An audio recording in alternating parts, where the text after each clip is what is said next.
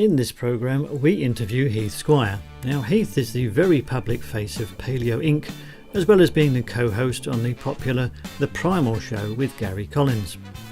Heath gives us an overview of his life story and about the health challenges, particularly those relating to his dairy sensitivity, that eventually led him to follow a paleo way of eating and living.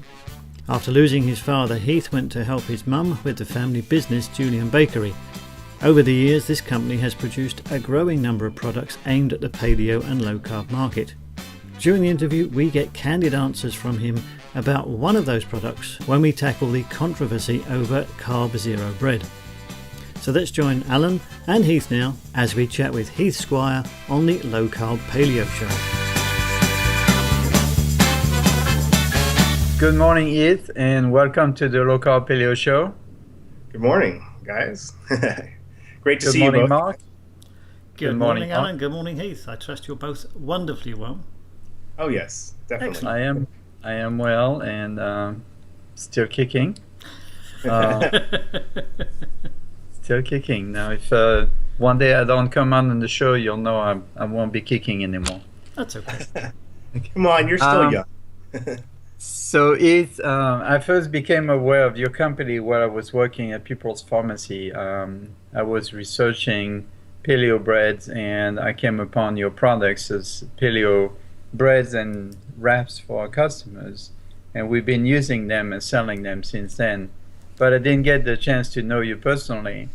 And but a few months later, we talked to Tony Federico about his book, and he mentioned your name. So that was a perfect, segue into getting to know you.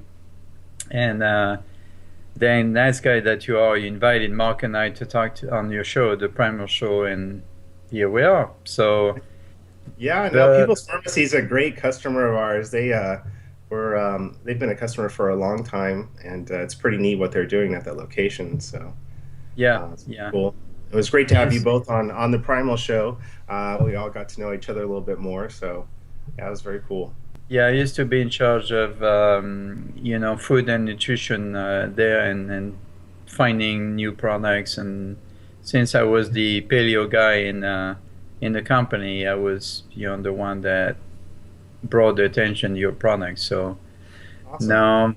Now you guys doing good business. So before we talked about your business and your show, can you tell us about yourself and your background? Yeah, absolutely. I grew up pretty much since I was born in a very health-oriented household. My mom was a nutritionist from a very young age. I grew up with all sorts of being involved in all sorts of food co-ops. Health was always kind of a big priority in our household. My mom was baked everything from scratch. She ground all her own grains, made her own cakes growing up for my birthdays. Nutrition has been the foundation of my life since I was a little kid, and in around 1990, my mom started the Julian Bakery out of her house up in Julian, and started doing farmers markets with my dad and her, and then they opened up a small little 400 square foot bakery in the town of Julian. So I just kind of grew up around that whole entrepreneurial lifestyle, seeing how they were able to deal with customers, and just got a wealth of a business information from them growing up as a kid, and as well as nutritional information. I grew up learning how to bake, mix, and she made cookies and breads and all sorts of things, all with organic grains. I mean, even way back in the day, she was really ahead of her time. My mom was just a real, she was doing fat-free when it was big, and then transitioned into more low carb. She was always at the forefront, even though sometimes the forefront wasn't, the healthiest, as we found out now, where, obviously fat is good for you. But that being said, I really got this amazing foundation for where we are today in terms of health and nutrition. And I've really gone through every sort of health genre that there is. Basically, in terms of my background, how I came to get into the Julian Bakery, Um, after my parents moved to the bakery from Julian, probably around 95 to La Jolla, California, both down here in San Diego. And they took over a Great Harvest bakery location in La Jolla. And, and basically, I graduated high school in 95. I went on to start my own, I was really into computers at the time. So I set up, I had my own company in Orange County doing web development, networking, building computers from the ground up. And that kind of gave me a complete background in computers and technology and how to do online marketing.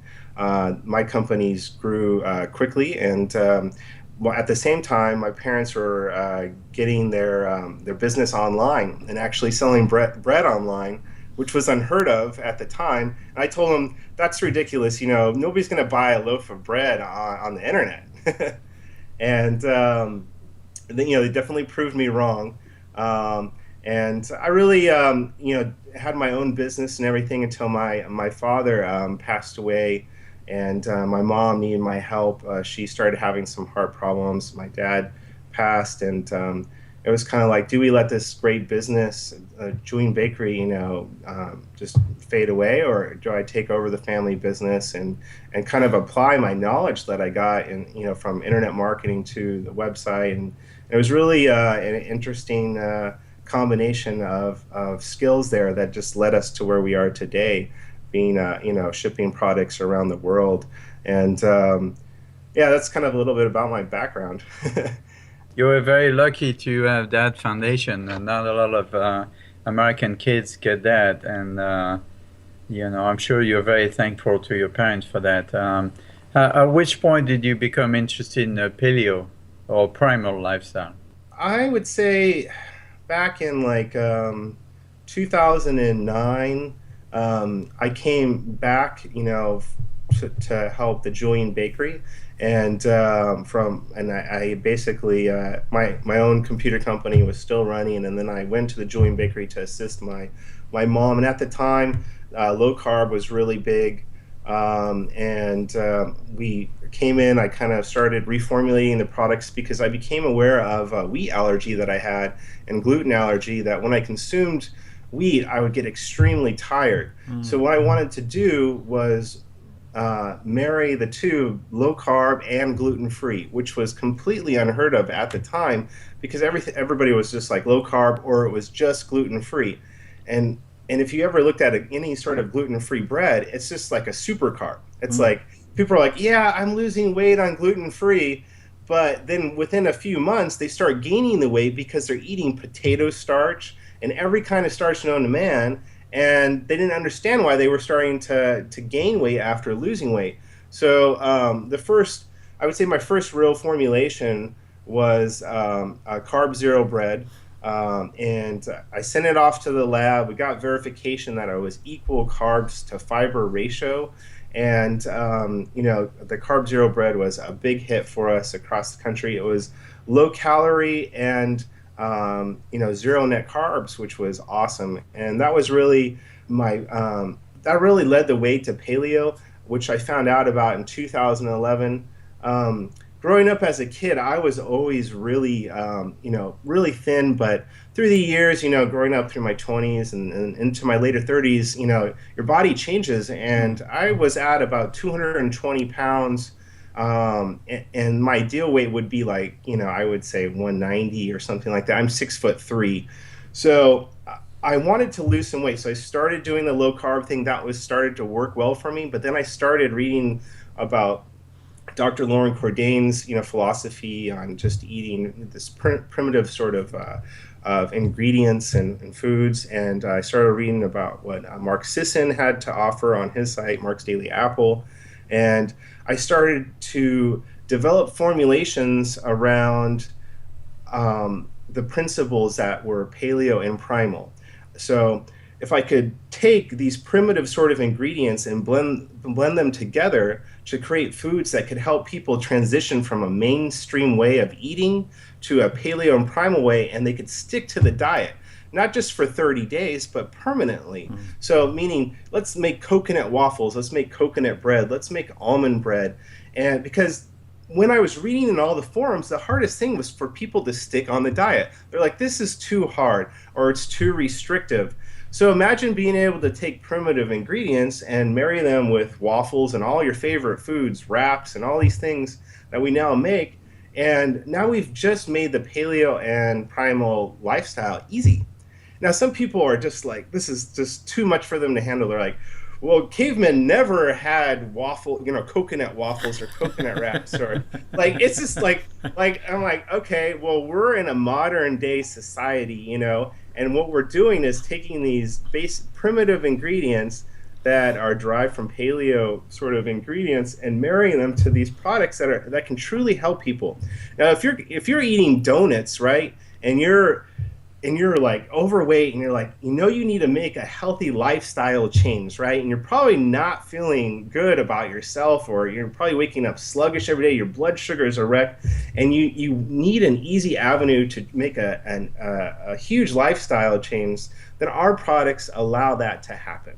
And I think people are starting to get it. I mean, they obviously are. I mean, we've had tremendous success, and I'm really happy that it is catching on, because people are starting to understand the benefit of consuming transitional foods, I like to call them, that are based around paleo ingredients. It's a great concept, because you're taking a product they already know and familiar with, and then moving into the paleo realm and healthier. So there's no real change in habits, which is what most people have a hard time breaking, is habits. Yes. So you switch from your regular sugar-loaded, GMO-loaded cereals in the morning to your paleo cereals, which is coconut-based, and they're still eating cereals, but it's good for you now. It's just crazy. I mean, we launched our paleo cereal. It's just now. We launched it about a year ago, but it takes a good year to roll out into distribution. And it's like, at first, like the cereal box looks like a Frosted Flakes box almost. And the buyers at Whole Foods and stuff, they look at it and they're like, they don't understand. It looks unhealthy, but it's actually healthy. And it's like, they're starting to get it though. And it's starting to roll out nationwide, and it's becoming one of our top sellers. But it's neat to see people, it's like, hey, my kids would like this, and being able to really appeal to so many different demographics, from young to old, is really where it's at. And it's neat to be able to formulate the way we have been. I mean, we just launched a new protein bar line, and some of the names of our products are like glazed donut flavor, right? Well, obviously there's nothing donut about a paleo protein bar, but it has a maple taste. It's chewy, it's soft, it's pliable, and it's health food disguised as junk food. It's like the most brilliant thing ever, and people are getting it, and it's like, hey, you know what? Not everybody might like that bar, but we're getting people a taste of something that's healthy. And what if they do like it? Then we win, and they start learning about the paleo lifestyle. We're advertising, and millions of people are being reached by paleo protein bar, and it gets people asking, what is paleo?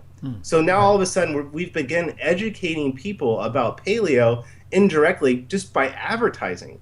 So we've had great success, because we're able to reach so many people every week. We probably reach over 1 million people a week on Facebook and social media. I mean, we really do a big job, a huge job of educating, and because I feel it's so important. That's why we make so many different videos and so forth. It's all about educating people, because people really have no idea. You're right. And I tasted your cereals, by the way, and very yummy with almond milk, which is my favorite morning drink. So am I right to assume that you are the largest paleo food business in America or in the world? I would say right now in the world, we actually make 35 different products. We used to sell a lot of other people's products, but as we've gotten bigger, we really have to just focus on our own brand, because now we have so many different products, and we continue to make new products all the time based on where I see there being a niche, So if there's something that is in the mainstream world that I can make paleo, I want to do that. So, and that's kind of what we've done. Although I'm starting to run out of things to make. I think we have paleo noodles coming out next. But yeah, I mean, it's kind of like, why not? We already have crackers and protein powders, and we have all sorts of stuff. But yeah, right now we ship around the world, and there's just huge demands for our product in UK and Australia, Canada, now in South America. I mean, it's pretty neat to see what paleo is doing and how big of a demand there is. And we're barely scratching the surface at this point. That's great, but if you allow me to be devil's advocate for a minute here, some people might argue that you're putting a paleo twist on processed food. Well, what's your response to that? Yeah, I would say, I mean, look at the processing of an egg. You have to cook it, There's really no difference between that and a loaf of bread, where you're taking really taking coconut flour and egg whites, and you're throwing it in a pan, and poof, you got a loaf of bread. So, I mean, cooking and a loaf of bread and an egg is pretty similar. That's kind of the premise of the foods. It's really about helping people stay on track. So if you're able to give somebody a loaf of bread, and they're used to having a loaf of bread in their mainstream diet, and now all of a sudden they can have it in their paleo diet, then you're allowing them to stick on track and kind of eating in this way that promotes optimal health. So when I formulate products, the ingredients are all based on, do they promote optimal health? And our ingredients do. So sure, like in our paleo protein bars, we use isomalto-oligosaccharide. And you're like, what in the world is that?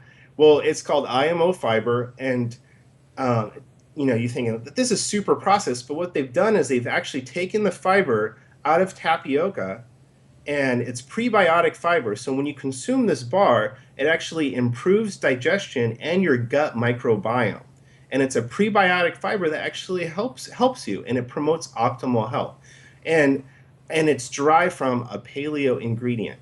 So all of a sudden you have this great ingredient that I would say is derived from something that's paleo that promotes optimal health, and I think it deserves a chance to be in the bar because it can be consumed. I feel that it's from tapioca, and it literally helps digestion and your gut microbiome. I'm sold. Right. On a personal level, would you say you're more paleo or primal? I cannot have cheese, and it's unfortunate because I love cheese. And I try every time I have cheese, it like triggers mucus allergy, and this is actually one of the reasons that pushed me to create the paleo protein bars, because almost every protein bar out there has dairy in it, or they use like milk protein isolate. And what I found was when I consumed the bars, like even whey protein, it just triggered my allergies, and my nose would kind of start to close up. I was just constantly dealing with mucus all the time. And I got to tell you, there's nothing, if you can have cheese, that's great. I mean, go for it. But I personally can't. I noticed issues with inflammation and just ongoing issues for myself.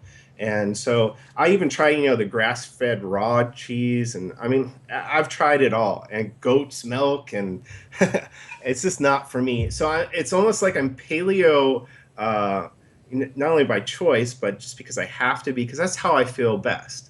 And I've always been really aware of my body and my health and my overall well-being. I just notice so much more mental clarity when I follow a paleo, stricter paleo diet. Right. So the lesson here is that listen to your body, and your body will tell you what's good for you, and not what other people say out there. Exactly. I think, so many people get by with such a mediocre way of feeling all day long, and they don't listen to their body. And it's like they're experiencing these, even following a paleo diet, you can have this happen. They're experiencing this. They're consuming honey, maple syrup, or they're following recipes that are completely wrecking their blood sugar. And the next thing you know, they're crashing, and it's like, they're feeling sluggish. I feel like a low carb paleo way of eating is optimal, and you're going to have sustained energy all day long. You're not going to be wrecking your blood sugar. I think that's where a lot of people in the paleo industry have really done a disservice, is by putting these recipes out there that completely wreck people's blood sugars. Yeah. And you'll see that these same people are also struggling with their weight, themselves. It's like they're paleo, but they're not thin, and they're puffy, and it's like, you've got to be joking. I mean, it's really sad, because and what's happening is the people that follow these people aren't getting the results they really should. I mean, at the end of the day. So, and these people have great fan bases, but my personal family has bought in some of these paleo recipe books and stuff. They started to gain weight, and I looked at these recipe books, and I'm like, well, here's why. Because they're like honey, maple syrup laden, and it doesn't even take much maple syrup or much honey, and you've completely wrecked your blood sugar. And I would say anything more than, I would say 9 grams of sugar, you're going to notice some sort of spike in your blood sugar. I like to say, limit yourself to like 7 net carbs or something like that. Now, if you're having vegetables or something like that, that's totally fine. Eat as much vegetables as you want, like go for it, But if you're going to be consuming, sugar or something like that, then limit yourself, Yeah, I see your point. If you're going to advocate a diet, you better walk the walk, or else, right? Yeah, I mean, people just are not practicing what they preach. It's like, all right, I understand, it's you're out there, you're preaching weight loss, but you haven't obtained weight loss for yourself. And really, I consider getting to your optimal weight is crucial for somebody that's going to be out there talking about weight loss. The last 5 to 20 pounds are the hardest to lose. If you haven't lost it yourself, then you shouldn't be out there pushing weight loss. So, I mean, I know from personal experience, I lost about 35 pounds myself when I did paleo. And, the last 5 to 10 pounds were the hardest. And that's actually where I learned the most about tweaking diet in order to reach my ideal weight. My goal was to have a 6-pack, and now I do. And, I learned so much from trying to reach my goal in terms of how to manipulate the paleo diet in order to reach my goal, that somebody that hasn't done that themselves shouldn't be speaking about weight loss. Because if you're like 80 pounds or 100 pounds overweight, you're going to lose you're going to lose 40 pounds plus pretty easily. But it's that last 40 pounds that's really hard. And especially that last 20 is really difficult. So, but this can easily be done through a low carb paleo diet very quickly. And all you got to do is cut the sugar, you reduce the carbs, go green, like eat more vegetables. And when you consume broccoli and all, spinach, and go super green, start juicing, the weight will literally shed off your body quickly. I mean, broccoli is filled with indole-3 carbinol, which is an anti-estrogen, which just annihilates fat. I mean, it really does. I mean, the research is out there. For men, I really find that you have to lower your estrogen and boost testosterone at the same time. So especially when you're losing weight, and I found some great research on Tonkat Ali, which does just that. I mean, it boosts testosterone, and you consume broccoli, or you can actually buy indole-3 carbinol. There's some other anti-estrogens. They'll help you reach your goal quickly, especially when following this sort of way of eating. So right. I'm a big fan of using herbs and vitamins. That's something that I was always taught growing up, but it has to be based on clinical research. Where is the actual research? If you're going to consume a vitamin and spend all this money, make sure there's the proper research for it. Because you know what? Paleo people, and all through our whole history, we're always taking herbs, and they work for people for medicinal purposes. I mean, food was medicine growing up. I mean, I don't know what you guys think about that, but I'm currently teaching at a plant-based school, and so my students know that I'm paleo, and they kind of look at me kind of weird, and they say, "Well, I need my calories, and I'm not there. It's on my job to try, and I tell them up front, I'm paleo, but I'm not here to change your mind. It's just know that there's another way of doing things out there that might be better for you, but and that's where I stopped, because that's not my job to change their mind. My current class is about 10 vegan and 2 vegetarians, and I don't want to start, a discussion, but I can see where there's, coming from my point of view, from the paleo side, there's some lack in their nutrition, but how would you, because some of them do it because of the animal issue, some of them do it because of just a pure diet point of view, but I see some of them, I don't have to, obviously, I'd say I'm not a doctor, but I'm seeing some possible lack in B12, iron, and all of these nutrients that we all need to survive. What would be a suggestion, keeping in mind that they will not go to paleo unless they have to? I noticed that one of your recent guests was someone that came from the vegetarian side and turned paleo, and I want to show that video to my students, but they're young and they're very sure of their ways. What would your suggestion, bar the paleo side, be to them? It's tough, because it's really it's a decision they've made not to harm animals, and I completely get that. And you're not gonna, somebody that's kind of wishy-washy might be able to be converted. But I mean, there are some books like the Paleo Vegetarian book out there, which is not really paleo. They're actually pushing consuming legumes on a paleo diet, and the legumes have no place in a paleo diet. No. However, it does give you the framework, because there's a lot of crossover between paleo and vegetarian or vegan sort of diets. But I think it's really about keeping your protein levels up. They have that now with pea protein isolate. You can get it into shakes. So I mean, they're able to actually curb the need for protein through pea protein isolate. It's pretty easy now to get enough protein. I think in terms of deficiencies, hey, take a great, multiple, like multivitamin or something like that to curb any sort of loss in nutrition. I think, nowadays it's a lot easier to be a vegan because now you can get enough protein. Yeah. And it's really just a lifestyle choice. And people will say, well, why do you have a vegan section on your website, Heath? Well, what I'm trying to do is, hey, I'm going to offer them the best vegan product that's out there, and at the same time, I also have paleo products that happen to also be vegan. So there's going to be some crossover, and if I can get people if I can get vegans in front of like the paleo way of eating, maybe we can convert some of them. But at the end of the day, it's really a lifestyle choice, and I totally understand where they're coming from. There's really nothing wrong with it, and I think I think that there are some. There are some that can be healthy, but you really have to make sure you're getting enough nutrition. And there are definitely a lot of unhealthy vegans out there, and it's just the overconsumption, I think, of soy, and you have lacking, they're not getting enough protein and so forth. But I think it can be done. It's just I don't think it's the best way. I mean, obviously, the way that we found to eat nowadays with like a low carb paleo lifestyle way of eating, I feel is the best way to optimal health. But I mean, you're not going to change these people's minds.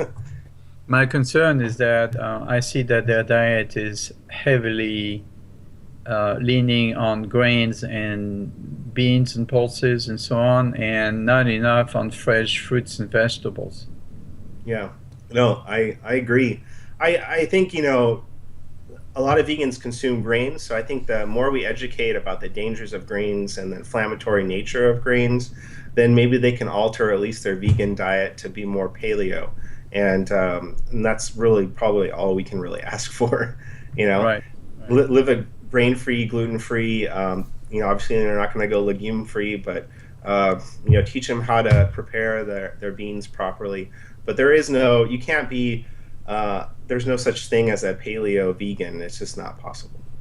Right. 20 years ago, I studied macrobiotics, and I really liked the concept, but I've noticed that I was gaining weight on it, so I dropped out of, and I went back to my Mediterranean diet, which was at the time, my base diet, which is where I come from. Going back to you and your program, I was very impressed by your show, the Primal show that you co-host with Gary Collins. Can you tell us how and why you decided to start the show? Yeah, absolutely. It's really just from an education point of view. We, because Julian Bakery has so many customers, it was really an outlet to be able to expose our customers to just educating them about the way of paleo eating and trying to get people that have, had success with a paleo diet on the show and then taking that show and putting it in front of our customers. So it's really just an outlet for, people that have had success or people that are, basically, have businesses and so forth that can help people. So we haven't done a show since late December because we've been swamped, but I think we're starting up next week again. But we try to put out a show a week, and we've pretty much stayed up with that.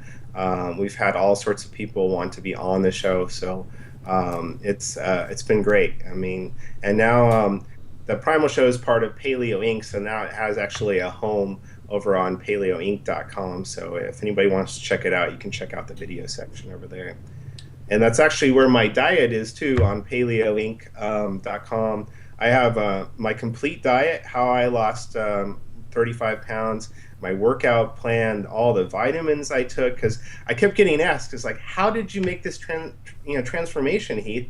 And I got tired of being asked that, so I wrote it all down and stuck it up online. I have all my before and after pictures up there. So yeah, it's been great. When it comes to our general food environment, what are your current concerns? I think GMOs is a big deal right now, and it's really become quite a problem.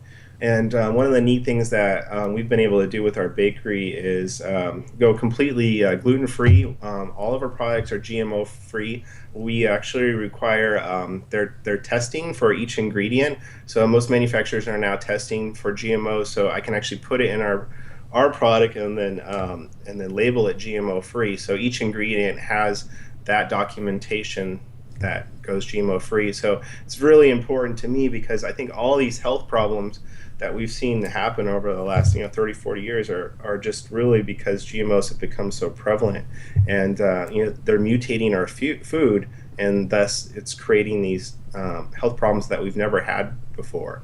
So yeah.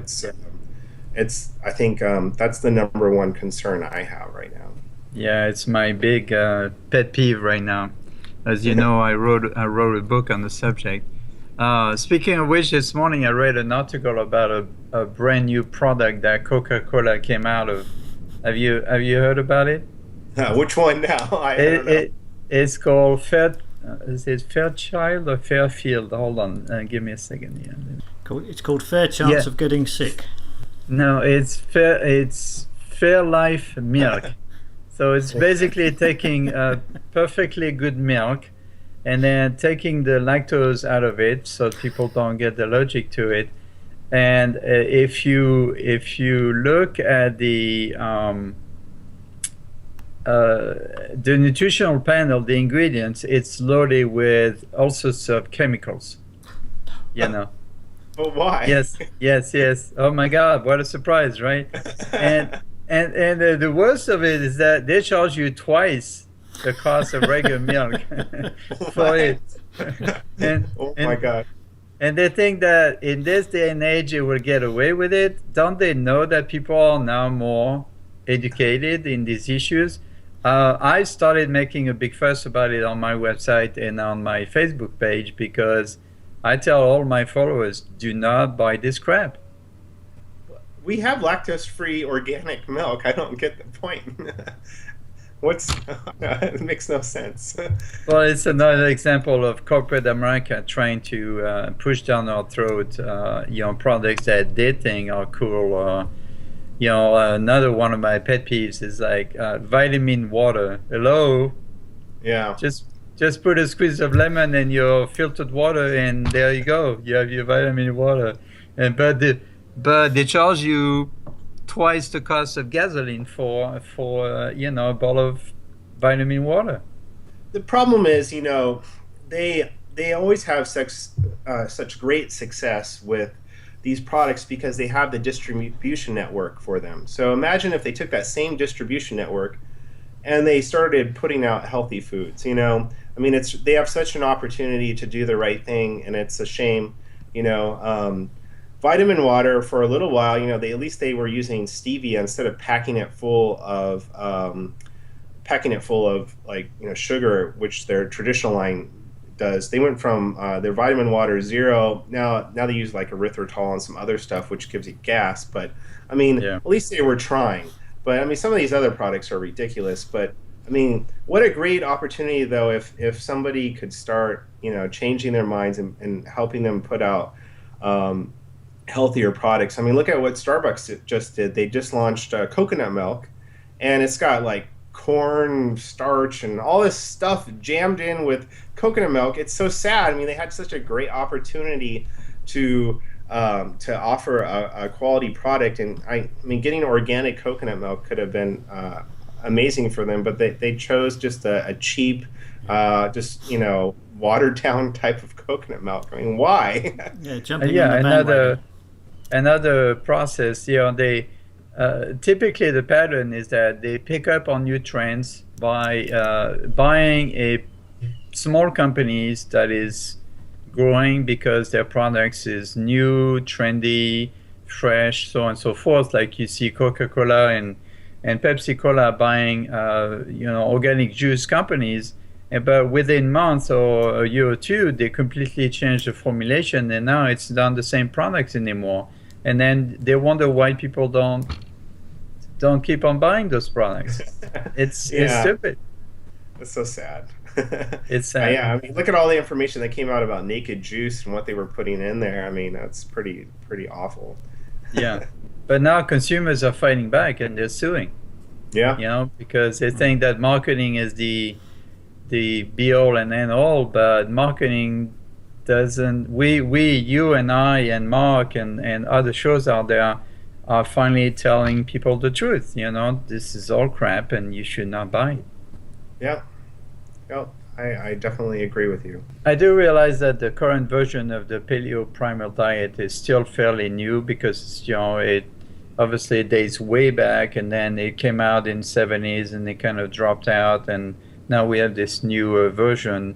Do you think that this lifestyle or diet is going to keep on growing, or is it going to be another fad? Yeah, what we're seeing right now is it's start to go really mainstream, which is great, and I think that's going to lead to a lot more great products on the market that are based around this Paleo Primal diet. And my only concern with that is that if it's food related, is to really watch the sugar that you're consuming, because so many of the paleo products today, they have 17 grams of sugar plus. Yeah. And they don't even have a lot of protein in them, or they're just like, they're called paleo energy bars. We did a whole show on this one company, Designs for Health, that was just like packing all this non-paleo type of ingredients in a paleo bar, and it's just like, it was ridiculous. I mean, it's completely misusing the paleo principles. It's like, at least if you're going to do a paleo product, make sure what you're deriving your ingredients from are paleo. Make sure that they're not legume based or potato starch, or it's like it wasn't even close to being paleo. So yeah, they use soybean protein, they use pea protein, which is obviously not paleo, but yeah, using soy lecithin and stuff. It's kind of like, it's just, we're going to see more and more of that though. So I think the more we can educate consumers about what to look for on the label, the better. Because just because it says it's paleo doesn't mean that it really is. And I think the biggest instance of abuse is like somebody like Chris Kresser, who went on the Dr. Oz show, out there with a big plate of beans, saying that beans are paleo. I mean, that's absurd, and that happened in 2014, and it's just a complete shock to the entire paleo, industry, and that's somebody that's well respected, going out there trying to say, well, you can tweak paleo and incorporate, and come to find out the guy doesn't even eat beans himself. Yet, he's on Dr. Oz, who gets out into millions of people, sending the wrong message, And legumes are very hard to digest, and they ruin, they cause all sorts of stomach problems. There's no reason to eat beans. I mean, there just isn't. And there's so many other great things you can consume. But, once again, I think it's the more shows like this that are out there educating people what to consume and what is and is not paleo, the better. And there's a lot of confusion right now, but I think the people that are out there putting out properly designed products and are holding steadfast to the real paleo way of eating are going to be successful, and they'll rise to the top, and the others will just go by the wayside. I mean, people are smart, so I think there'll be a natural selection happening here. So. Yeah, and we our job is to keep things clear and understandable for all people out there that we're trying to help. Now, your business, you're obviously a very successful business person. Where do you see your future on this ongoing, platform, so to speak? I think like we talked about earlier, just more worldwide distribution. I mean, there's so many other people we can help, even outside the country. But as the paleo and primal lifestyle gains in popularity, I think we'll see greater adoption of our products here in the U.S., but around the world. And just trying to create easy avenues to get our products to these people. I mean, they're really it's such in demand in the UK and Australia and these other parts of the world. But there's just no easy way to sometimes get them the products. And then by the time you get them the products, all the duties and taxes that it takes to get the product there, it makes it almost, not very affordable. So I think setting up more facilities around the world to process our products and distribute them out there to bring the cost down is going to be essential. And we plan on having more fulfillment warehouses around the world to bring down the price of our products in these other countries. So, going back to your own personal health journey, now you said earlier that you'd gone through the gambit of sort of low carb and then into paleo and that sort of thing. When you moved into first low carb and then paleo, if I got that the right way around, what did you notice were the biggest changes, sort of physically, mentally, and energy-wise, and that sort of thing? Yeah, I was really into going as low carb as possible. I think I had some success with gluten-free and low carb, but I think I noticed less inflammation. The weight fell off much faster. And keep in mind, I wasn't following a traditional paleo diet. I was following a low carb paleo diet, which there's a pretty big difference there. Yeah. So kind of putting me in a ketogenic fat burning mode constantly throughout the day. And I wasn't doing it with a high amount of fat. I was doing it with a moderate amount of fat and going low carb and following paleo sort of ingredients, because fat doesn't make you fat, but consuming too much fat will, because fat is 9 times the calories. I'm sure everybody likes to think that calories don't count, but they do, because you're going to burn a certain amount of calories every day, and it's just basic science at that point. So if you look at my diet, it is fairly low calorie, but it's low carb and a moderate amount of fat. I felt great. I had great energy all day long. And after I lost the weight, I was able to maintain it by basically following a similar diet, but I could add a little more calories in there because my metabolism was really reset after following the diet that I find.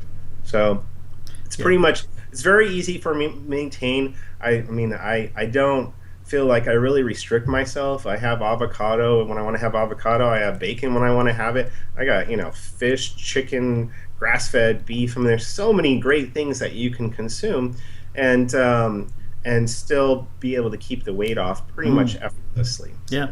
Well, I follow a very similar diet, so I know exactly where you're coming from.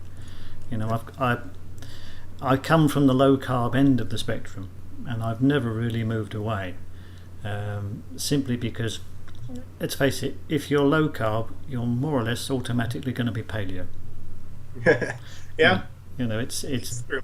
you can't really transgress the paleo list of things that we can eat by sticking to a low carb diet. And as you say, huge energy levels on not a lot of food actually. Yeah, it's actually surprising you don't have to have that much food. No. I think, just eating less, your stomach starts to shrink naturally, and you start not consuming as much food. I really don't have cravings. I mean, the cravings were there in the beginning, but cravings for sugar disappear. I barely have cravings for dessert. I still like a nice piece of dark chocolate every now and then, which we happen to make. So, I mean, it's kind of like, to be honest with you, all the products that we have now, all 35 of them, are all products I personally consume, and I want to share them with other people because they really helped me get my results. And super job. I mean, something with the low carb though is there's a lot of low carb products out there that use a ton of sugar, alcohols, and junk, and people are experiencing a lot of gastric distress. Now, we used to use like more sugar alcohols and stuff like that, but I started to yank them out of all of our products, and within the next year, they'll pretty much all be gone because you can only use such a small amount of erythritol or other products, but there's some other ingredients like maltitol and these other sugar alcohols which are really bad for your stomach, and it's just they put them in everything and then they call them low carb. So we just found it's better just to pull them out and find another. There's monk fruit now and organic stevia. There's these other great sweeteners you can use without throwing these sugar alcohols in it, and you get a great sweetness. And food doesn't have to be overly sweet. It just needs to be enough to satisfy that sweet tooth of yours. Yeah. I mean, I would fully agree with that. I mean, I've been a staunch advocate against sugar alcohols, in fact all synthetic sugars, for at least a couple of decades, and the damage that they do to our bodies is just it's criminal as far as I'm concerned. I think the companies that make these sort of things should actually be taken outside and shot, corporately, of course, or use the guillotine. Yeah, I know. It's like, who wants to eat something and then get a bunch of gas afterwards? I mean, let's face it. It's horrible. And I think we have used sugar alcohols, but we've never used maltitol. I mean, we use ones like xylitol and erythritol, which are the two best ones. Xylitol is actually good for your body, as you know, but it's just not worth putting in the food products anymore. But yeah, I am so glad that monk fruit and organic stevia came around, because it really gave us an outlet to start formulating foods with, and they're still sweet, and you can make these great desserts without putting honey in them, Yeah. Now we're starting to play around with honey. Is so strong that you can put a small amount of honey in something and still have like maybe 3 or 4 grams of sugar, and you still have a good tasting product. So I think people are just really they're putting too much sugar in their products. It's astounding, honestly, how much sugar is in paleo food products out there. Well, it was the same with the low carb products when they first came out. Particularly, sort of the biggest culprit that I was always having a go at with Atkins themselves. When Dr. Atkins died, it seemed like the whole of the how can I put it, the ethos and the honesty that used to be in what he was doing just went straight out the window, and it all came down to money. And the amount of junk that you found in Atkins' so-called low-carb products was just, well, I would never eat it. I would prefer to eat the box it came in. Yeah, I mean, I think it's a true testament to low carb, because people were getting results, even consuming all these chemicals and stuff. But at the same time, were they ultimately healthy? Because you can be skinny and unhealthy at the same time. Easily. So I want to be skinny and be consuming ingredients that are going to give me a long-lasting, health for the rest of my life. Yeah. I mean, we're all deteriorating. It's just like, how fast do we want to deteriorate? I'm all about consuming foods that are more. They're going to be anti-aging. I want to try to stay young for as long as possible, and I think that's what we really find by living a low-carb paleo lifestyle. Yeah. It's very, Indeed. I mean, coming back to sugar alcohols, it's a shame that other companies don't follow your lead in many ways and say, hold on a sec, we can do better than this, and take the sugar alcohols out. Yeah, to be honest with you, it's just really starting to happen this year, where we're starting to get a wider array of ingredients to actually use, and there are, I mean, the first step is really just changing out the maltitol and these bad sugar alcohols, at least for better ones, if not removing them altogether. But now, like I said, just recently, they're starting to become more and more ingredients that are healthy that you can put in the foods, and that it just wasn't available even like 2 years ago. So this is really recent. I mean, and it's great. And I can only imagine what's going to be at our fingertips in the next couple of years, because people are starting to demand products without soy, products without sugar alcohols, and now these ingredients are available. So yeah, that's true. That's true. As you've had sort of a progressive improvement in your diet, let's say when you first decided to go paleo, since that point you've obviously done a huge amount. Now, if you could go back to you on that day you decided, I'm going to go paleo, would you tell yourself to do anything different? Like, I think I kind of touched on this a little bit. I was trying to do paleo, but I kept putting cheese in my diet because I'm like, you know what, I love cheese. I would have just left out the cheese altogether. And I think it really made such a vast improvement on my health, removing the cheese, even though I love cheese. But I kept putting cheese in there. I just kept finding myself, with health problems, and I just don't know why. But maybe that's not for everybody, but for myself personally, I think it just caused an unnecessary health issues that I had to deal with, and it triggers my allergies. Who wants to take like a Claritin just because they want to have cheese? So if you're having to take something and just to consume something you want, like it just doesn't make any sense. So I'd rather be allergy free and just give up cheese and call it a day. Yeah.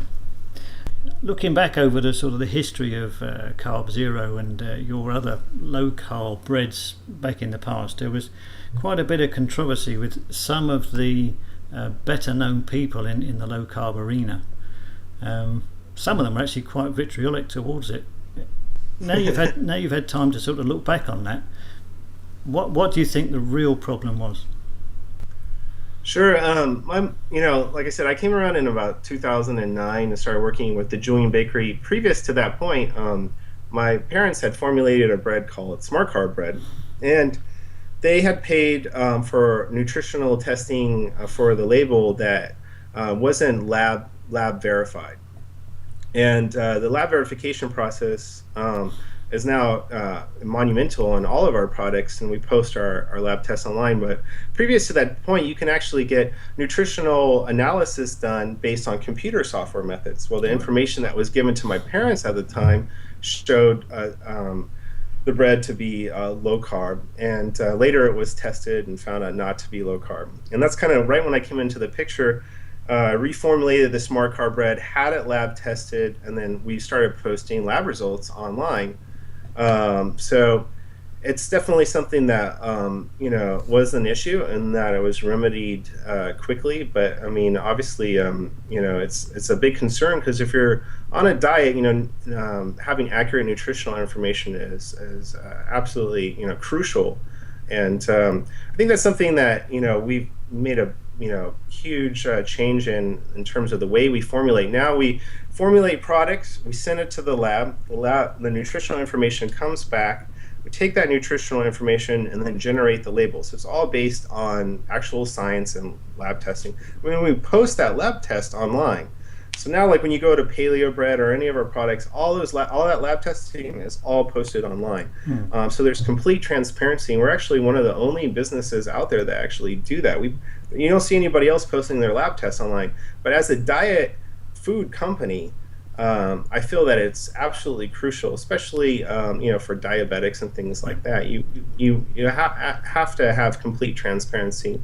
I think that's what you'll find when you buy products. You can click on the lab test and see them for yourselves. Yeah. It was unfortunate that information was given to my parents, and it did cause some problems in the past. And It's just unfortunate, but it actually completely changed the way we formulate, and so in a way, we're a much better company because that happened. So I mean, there's two things you said to me today. Firstly, you found there was a problem with sugar alcohols. You dealt with it. Next thing, you found there was a problem with the way things were formulated and tested. You dealt with it. So really, you are very much on the ball as a company that produces food for specific types of diet. Yeah, absolutely. And it's not only important for our consumers, but my family eats this product, and I eat this product. So it's crucial to me because I want to get great results, and my family does, and so do all of our customers. So and it's really it's expensive to lab test, but not that expensive. I mean, at the end of the day, it's about $1,000 per lab test for full nutritional. And I think more companies should honestly take this approach to lab testing their products, because honestly, there's too many nutritional programs out there that can easily be wrong, which we found out firsthand. So why not lab test? I mean, it's easy to do. So yeah, excellent. No more questions from my side, because as usual, Alain has asked most of the ones I would have asked. It's good to have a partner where we think alike. We do. It looks like you and Gary have the same kind of mind meld, right? Yeah, I mean, Gary and I are different, but we're very similar, and we definitely both spur each other on, and he's great to have as the co-host of our show, and I work with him all the time. His background, is really awesome. He was a former FDA investigator and stuff like that, and he's really, him and I began working a lot more together with, he's helped strengthen our company from the ground up. As we grow, there's so many processes and you have to have in place to be able to launch a product into large chains, and he's really transformed our company from the ground up. So it's great to be working with him on a daily basis. We work together. So his background is really awesome. I mean, as a former food investigator and everything, him and I have been really working well together. So it's exciting to have him on my team. Super job. Great. Thank you again, Heath, for being on the Low Carb Paleo Show. And as we say in Texas, à votre santé, y'all. Thank you so much for having me. This has been great, and thank you for helping me get the word out about what I do.